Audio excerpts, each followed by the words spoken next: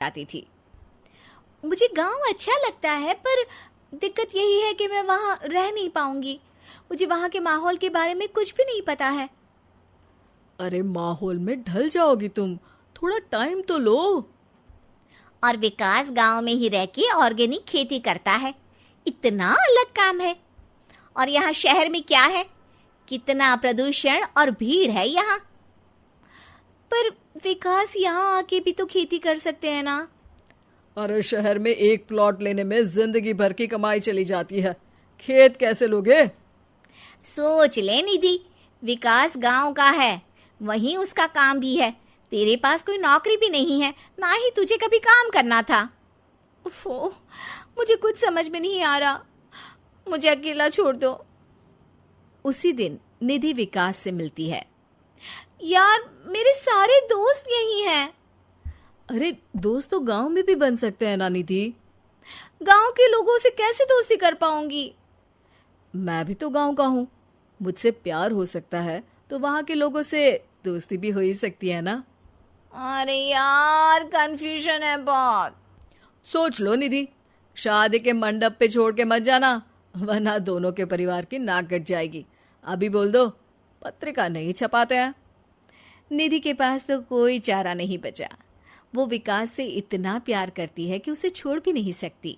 वो विकास के लिए गांव में शादी करके बसने को तैयार हो जाती है। जल्द ही दोनों की शादी हो जाती है। आई होप तुमको गांव में अच्छा लगेगा। मुझे पता है गांव में और शहर में अंतर क्या है, वहाँ के लोगों की सोच में अंतर है। मुझे पता है कि कैसा लगेगा मुझे। तुम ये बिना देखे किसी चीज के बारे में कुछ भी सोचने की आदत छोड़ दो ना। निधि ने उस वक्त तो कुछ भी नहीं कहा, पर वो सोचती है कि सबको इस बात का एहसास तो करवाना ही पड़ेगा कि वो सही है। उसके दिमाग में एक तरकीब आई। उसने सोचा कि गांव के लोगों के लिए वो ऐसा काम करेगी कि आगे से उसे कोई किसी काम का बोलेगा ही नहीं। शादी के एक दिन बाद निधि की सास ने फरमाइश की। निधि बेटा, अपने हाथ से कुछ खाने का बना दे। बिल्कुल सासू माँ, थोड़ा सा रुकिए, अभी बनाती हूँ। ये सही मौका था निधि के पास ये बताने का कि गांव के लोगों और उसके रहन सहन में कितना अंतर है। रोटी सब्जी दलिया भाजी खाने वालों के लिए पिज्जा बना देती हूँ, तब इनको समझ में आएगा। न खा पाएंगी, न कभी कुछ बनाने की बात कहेंगे। थोड़ी देर में निधि सास के लिए पिज्जा बनाकर ले आती है। ये लीजिए माँ जी, आपके लिए मैंने ये बनाया है। इसे हम शहर में पिज्जा कहते हैं, है ना बेटा? है? आपको कैसे पता कि इसे पिज्जा कहते हैं? अरे पिज्जा को पिज्जा नहीं बोलेंगे तो क्या फ्रेंच फ्राइज कहेंगे? गांव की सास से ये सारी बातें सुन के बहू चौंक जाती है, लेकिन सास एक और ऐसी बात कहती है कि बहू जिसकी उम्मीद ही नहीं कर रही होती है। बहू, इस पिज्जा के ऊपर ओरेगानो मिला दे और थोड़ा चिली फ्लेक्स, मजा आ जाएगा। माँ जी, गांव में रह के भी आपको ये सब कैसे पता है? अरे यूट्यूब टीवी सब खबर रखते हैं हम भी। इंटरनेट है जहाँ, जानकारी है वहाँ। अरे वाह माँ जी।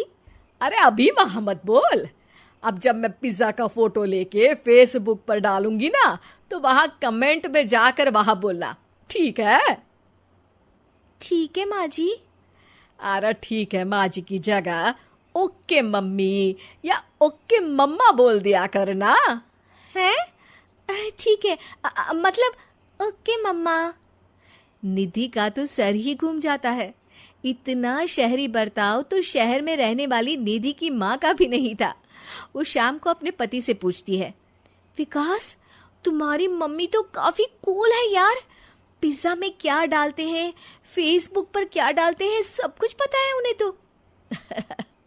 हमारे बड़े पापा के लड़के रहते हैं शहर में, बस उनके बच्चे आए थे गांव में गर्मी की छुट्टियां मनाने।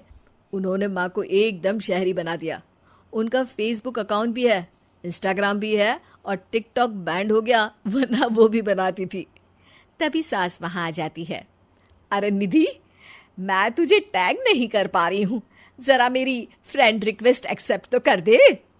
निधि की गांव को लेकर जो राय थी वो अपनी सासू माँ को देख के बिल्कुल बदल जाती है।